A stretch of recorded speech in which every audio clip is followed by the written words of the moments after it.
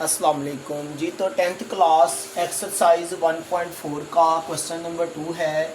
Solve the following simultaneous linear equations with complex coefficients for w and z। तो students यहाँ पर आपके पास simultaneous linear equations हैं, जिसमें आपके पास फर्स्ट लीनियर इक्वेशन जो है जिसमें 3z plus into 2 plus iota into W is equal to 11 minus iota है, जिसे हमने इक्वेशन 1 का नाम दे दिया। अब स्टूडेंट्स जो आपके पास अदर इक्वेशन नंबर 2 का जिसे हमने नाम दिया है वो है z का कोएफिशिएंट जो कि कम्प्लेक्स नंबर में है 2 minus iota minus W is equal to -1 plus iota.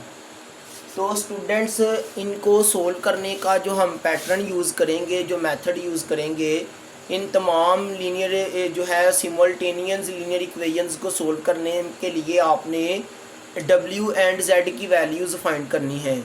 और जो पैटर्न जो मेथड हम यूज़ करेंगे वो हम करेंगे कि या तो इनको आपस में इक्वेशंस को ऐड किया जाएगा या फिर सबट्रैक्ट किया जाएगा।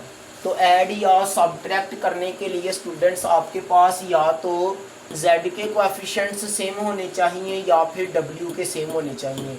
तो यहाँ पे आपके पास इक्वेशन नंबर 1 में w का कोएफिशिएंट 2 प्लस आयोटा है, यहाँ इक्वेशन नंबर 2 में आपके पास w का कोएफिशिएंट 1 है।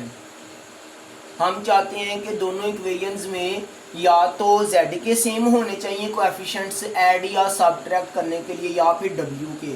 तो मैं w के सेम कर लेता हूँ। इक्वेशन नंबर 2 को हम मल्टीप्लाई करेंगे 2 प्लस आयोटा के साथ। तो यहाँ मैं लिख देता हूँ multiply by 2 plus iota, multiply by 2 plus iota with equation 2। तो स्टूडेंट्स हम क्या करेंगे, 2 प्लस आयोटा को इक्वेशन 2 से मल्टीप्लाई करेंगे तो w का कोएफिशिएंट ये बन जाएगा जो इक्वेशन नंबर 1 में है। तो 2 प्लस आयोटा को हम मल्टीप्लाई करेंगे किसके साथ, 2 माइनस आयोटा इंटू z के साथ, फिर जो है माइनस का साइन वैसे आ जाएगा। इसी के साथ 2 प्लस आयोटा के साथ हम मल्टीप्लाई करेंगे w को, इज इक्वल टू का साइन जो है वैसे आ जाएगा। और गिवन में -1 प्लस आयोटा जो राइट साइड पे इक्वेशन 2 में है इसको हमने ब्रैकेट्स में लिख लिया। ठीक है। अच्छा, आपकी मर्ज़ी है कि आप जो 2 प्लस आयोटा के साथ जिसके साथ मल्टीप्लाई कर रहे हैं इसको चाहे पहले लिख लें चाहे बाद में लिख लें। तो यहाँ मैंने बिफोर इक्वल पहले लिखा है तो आफ्टर इक्वल भी मैं पहले लिख लेता हूँ। 2 प्लस आयोटा जिसके साथ मल्टीप्लाई कर रहे हैं और राइट साइड पे -1 प्लस आयोटा है। तो स्टूडेंट्स अब हम इनको मल्टीप्लाई करेंगे, ये हो जाएगा a plus B a minus B का फॉर्मूला डिज़ाइन हुआ है। ठीक है। तो हम इसको लिखेंगे 4 माइनस आयोटा स्केयर, मगर ये रहेगा कोएफिशिएंट ही z का, फिर माइनस ये एज इट इज़ आ जाएगा क्योंकि ये तो हमें रिक्वायर्ड था, यही तो हमने बनाना था w से पहले। तो इसीलिए तो हम पूरी इक्वेशन को 2 को 2 प्लस आयोटा से मल्टीप्लाई कर रहे हैं। तो ये हो जाएगा 2 को -1 से मल्टीप्लाई करके -2, 2 को आयोटा से मल्टीप्लाई किया तो 2 आयोटा, आयोटा को -1 से मल्टीप्लाई किया तो माइनस आयोटा प्लस आयोटा का स्केयर। ये 4 माइनस आयोटा स्केयर का स्टूडेंट्स हमने यहाँ पे -1 पुट कर दिया। ठीक है जी। और बोथ साइड पे ब्रैकेट्स का वैसे यूज़ कर लिया, साथ में z आ गया, minus into 2 plus iota into w is equal to -2 plus iota, क्योंकि ये प्लस के 2 आयोटा माइनस का आयोटा प्लस आयोटा रह गया, प्लस आयोटा स्केयर का आपके पास माइनस का 1 आ चुका है। तो अब स्टूडेंट्स हम क्या करेंगे, फाइनली आपके पास ये 4 minus minus plus 1 into z -2 plus iota into w, और ये -2 प्लस आयोटा ये आपके पास बिकम होगा -1। तो फाइनली इनको हम ऐड करेंगे 4 प्लस 1 तो ये 5z minus into 2 plus iota into w is equal to यहाँ आपके पास हो जाएगा -3 प्लस आयोटा। तो ये स्टूडेंट्स आपके पास इक्वेशन नंबर 3 बिकम हो चुकी है। जब आपने इक्वेशन नंबर 1 में W के कोएफिशिएंट जैसा इक्वेशन 2 में W का कोएफिशिएंट बनाना था, तो इसलिए इक्वेशन 2 को सारी को जो है 2 प्लस आयोटा से मल्टीप्लाई करने के बाद सोल्व करने के बाद अब आपके पास इक्वेशन नंबर 3 बन चुकी है। तो अब स्टूडेंट्स आप देखते हैं कि इक्वेशन नंबर 2 का अब हमारे पास फ़िलहाल कोई यूज़ नहीं है। इक्वेशन 1 को देखेंगे, इक्वेशन 3 को देखेंगे कि इनको आपस में ऐड करना है या कि सब्ट्रैक्ट करना है। तो स्टूडेंट्स ये मोस्ट इम्पोर्टेंट पॉइंट है जो मैं आपको बताने लगा हूँ, वो ये है कि अगर तो आपके पास W के कोएफिशिएंट्स के साइन सेम होते, ठीक है, 2 plus iota 2 plus iota external पे दोनों के साथ प्लस का साइन होता तो हमें इसको सब्ट्रैक्ट करना था, ठीक है। साइन सेम होंगे तो सब्ट्रैक्ट करेंगे, साइन डिफरेंट होंगे तो ऐड करेंगे, क्योंकि सब्ट्रैक्ट में साइन डिफरेंट हो जाते हैं और सब्ट्रैक्ट किया ही इसलिए जाता है कि साइन सेम हो तो डिफरेंट साइन करने के लिए, ताकि वो कट जाएं। मगर यहाँ पहले से ही आपके पास जो सिंबल्स हैं, जो साइन है, वो डिफरेंट हैं, तो स्टूडेंट्स हम क्या करेंगे, ऐड करेंगे। तो यहाँ मैं लिख देता हूँ now adding the equation 1 and equation 3। तो स्टूडेंट्स इक्वेशन 1 एंड इक्वेशन 3 को हम ऐड करेंगे।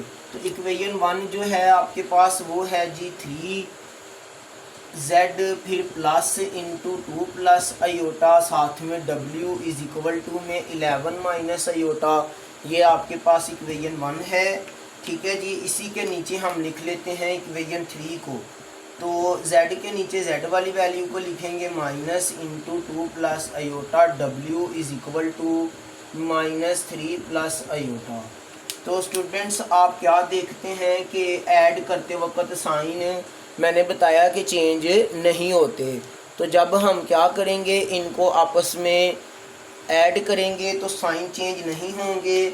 तो ये आपके पास भी कम हो जाएगा 8z, ये आपके पास कट जाएंगे, ठीक है। 2 प्लस आयोटा प्लस का 2 प्लस आयोटा W और माइनस का 2 प्लस आयोटा W ये कट जाएंगे।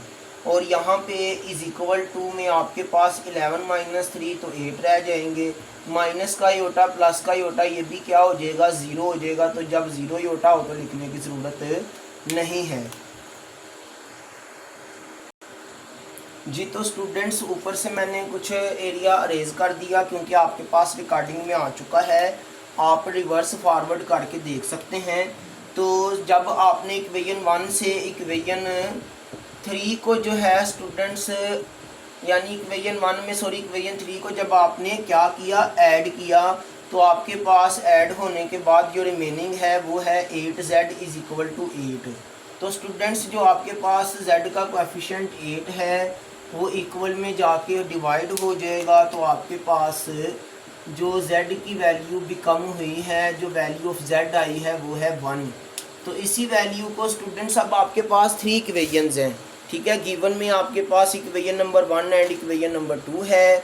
तो इक्वेशन नंबर 2 को आपने जो है कन्वर्ट कर लिया इक्वेशन नंबर 3 में।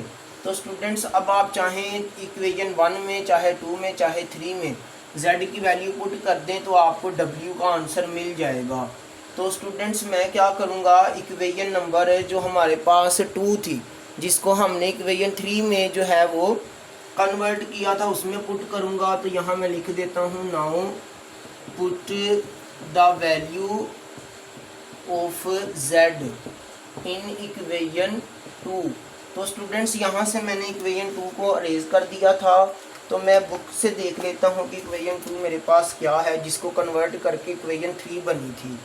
तो इक्वेशन 2 में देखें जी आपके पास 2 प्लस आयोटा है, 2 माइनस आयोटा है, ठीक है, और साथ में z है। तो हम क्या करेंगे, z की वैल्यू जो है स्टूडेंट्स 1 उसको पुट कर देंगे। इक्वेशन 2 में पुट कर रहा हूँ z की प्लेस पे z की वैल्यू 1। अब बाकी सारी इक्वेशन में वैसे लिख दूंगा minus W is equal to -1 plus iota. Equation 2 में मैं इसलिए पुट कर रहा हूँ कि इसमें पुट करने से हमें इजीली जो है वो कुछ सम यानी कि शॉर्ट स्टेप्स में, थोड़े स्टेप्स में आपको जो है वो डब्ल्यू का आंसर मिल जाएगा। लेकिन अगर हम इक्वेशन 1 में या 3 में z की वैल्यू पुट करेंगे तो आगे जो है हमें मज़ीद उसको मैक्सिमम सोल्व करना पड़ेगा।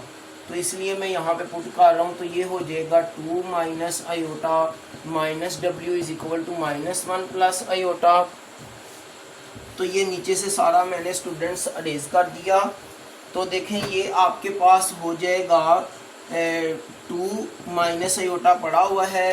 तो ये माइनस के 1 इधर आके प्लस के 1 कर देंगे राइट साइड से, आयोटा इधर ला के माइनस का आयोटा और इज इक्वल टू में डब्ल्यू जाके प्लस का हो जाएगा। तो ये आपके पास हो जाएंगे 3 minus 2 iota is equal to W. तो डब्ल्यू इक्वल टू हम लिख सकते हैं 3 माइनस 2 आयोटा।